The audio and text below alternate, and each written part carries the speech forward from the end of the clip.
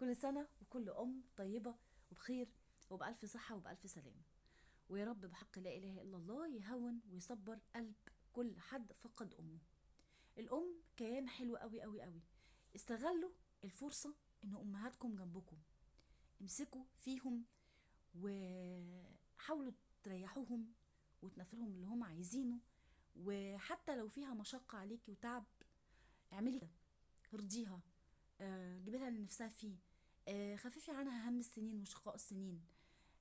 الام دي كيان جميل قوي قوي قوي قوي. حاجه في الدنيا كده بتاكد ان لسه في نقاء وامان وطيبه.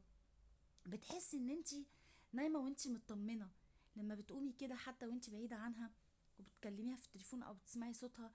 لما بتخشي كده بتروحي كده زياره، وبتلاقيها هي اللي بتفتح الباب وهي اللي بتعمل الاكل. كيان يا جماعه. يا رب اللهم بحق هذه الأيام المفترجة اشفي كل أم، واعفي عن كل أم، وبارك في صحة كل أم، واجعلها نور البيت وضي البيت ورحمة البيت وعزة البيت وجلالة البيت. بجد فعلا يا رب انت الهدية اللي انت بتبعتها لنا هي أمهاتنا.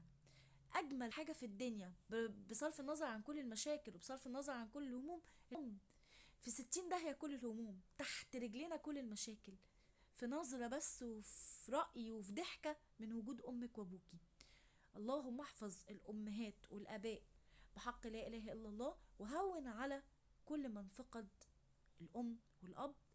وكل سنة وكل أم طيبة وبخير، وربنا يا أمي يديك الصحة ويبارك لي في عمرك ويخليكي ليا يا نور عينيا، يا اللي ما اقدرش اعيش من غيرك. ربنا يبارك لي فيكي بحق لا اله الا الله. كل سنة وانت طيبة حبيبة قلبي، ويا رب